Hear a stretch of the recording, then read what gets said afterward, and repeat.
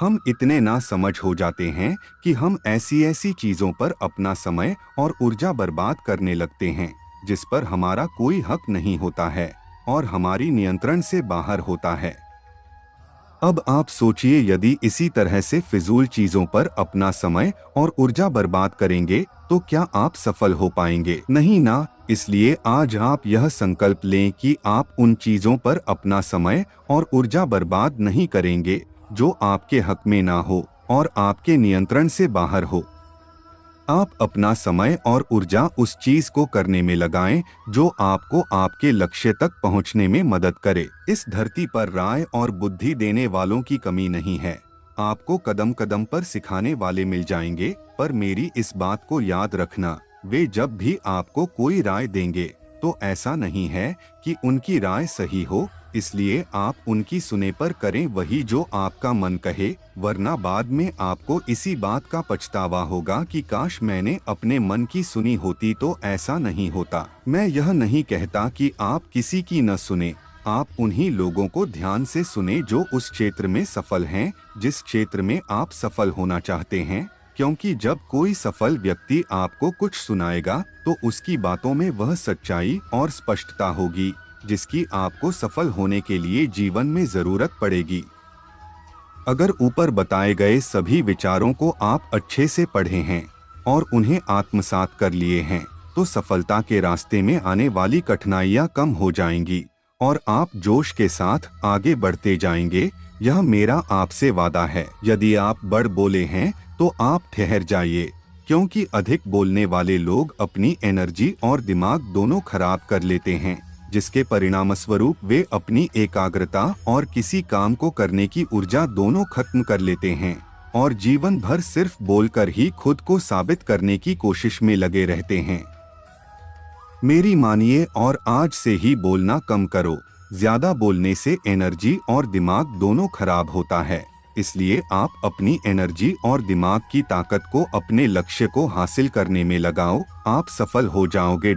आज से आप किसी भी चीज के बारे में आप किसी भी चीज को लेकर चिंता करना छोड़ दीजिए, क्योंकि हमारी चिंता कोई और कर रहा है। इसलिए आप चिंता छोड़ उस काम पर पूरा फोकस लगा दीजिए जिसे आप अपने जीवन को बेहतर बनाने के लिए करना चाहते हैं। अगर यह सब करते हुए आपके साथ कुछ भी बुरा हो जाता है तो भी आपको बिना रुके अपनी मंजिल तय करनी होगी, आगे बढ़ना होगा, क्योंकि हमारे साथ जो कुछ भी बुरा या अच्छा होता है यह सब कुछ पहले से तय होता है। इसलिए इस बारे में चिंता करके आप अपना समय बर्बाद करेंगे और कुछ नहीं। भलाई हमारी इसी में है कि हमें बिना परेशान हुए अपने बहुमूल्य काम को तय सीमा पर पूरा कर लेना चाहिए। भगवान हमारे बारे में सब कुछ पहले से तय करके रखे हैं, बस हमें चिंता छोड़ लगातार प्रयास करते रहना चाहिए। अंत में हमें जो मिलना है वह मिल जाएगा।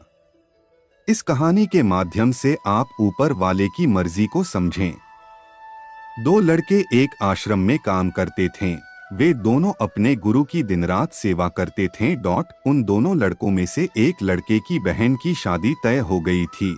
वह अपने बहन की शादी की तैयारी बहुत ही धूमधाम से करना चाहता था, पर उसके पास पैसे नहीं थे। उनकी स्थिति उनके गुरु बहुत अच्छे से जानते थे, पर वो भी उनकी मदद नहीं किए। सिवाय जब दोनों लड़के गांव जाने के लिए तैयार हुए तो गुरु ने उस लड़के को 5 अनार दिए जिसकी बहन की शादी थी। गांव जाते समय 5 अनार पाकर लड़का बहुत दुखी था। उसे तो पैसे की जरूरत थी, वह अनार क्या करेगा? उसे अपने गुरु पर बहुत गुस्सा आ रहा था। जब दोनों लड़के गांव की तरफ जा रहे थे तो रास्ते में राजा के सैनिक इस बात की घोषणा कर रहे थे कि क्या किसी के पास अनार है? राजा को इसकी बहुत जरूरत है। हमने बहुत प्रयास किया पर हमें इस क्षेत्र में कहीं भी अनार नहीं मिला। राजा की बेटी बहुत बीमार है, उसे दवा के लिए अनार की जरूरत है। दोनों लड़कों ने सोचा, हमें अनार की कोई जरूरत नहीं है, ये अनार हम राजा को दे देंगे और उनकी बेटी का अच्छा इलाज हो जाएगा। दोनों लड़कों ने अनार होने की बात सैनिक को बताई।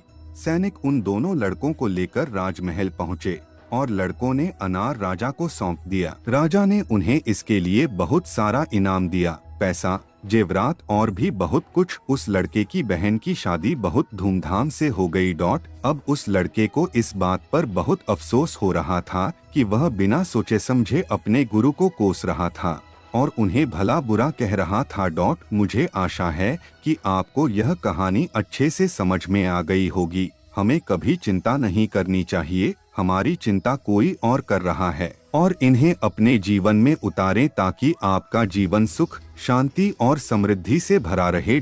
आपकी सोच जिस तरह की होगी, आपकी जिंदगी ठीक उसी तरह से चल रही होगी। इसके लिए किसी और को दोष देने से अच्छा है कि आप अपनी सोच को दोष दीजिए और उसे बदलने के लिए कदम आगे बढ़ाइए। जब तक आप खुद के बदलाव के लिए कदम आगे नहीं बढ़ाएंगे, तब तक न तो आपका आज बदलेगा और नहीं फ्यूचर बदलने के लिए सबसे पहले हमें जो बदलना है वो है हमारी सोच, क्योंकि आप अच्छे से जानते हैं कि सोच ही वो नींव है जिस पर हम अपने सपनों महल बनाते हैं। आपकी सोच दोनों तरह की हो सकती है, अच्छी और बुरी, पर आप किस तरह की सोच को महत्व देते हैं उसी से यह तय होता है कि आपका पूरा जीवन कैसा होगा।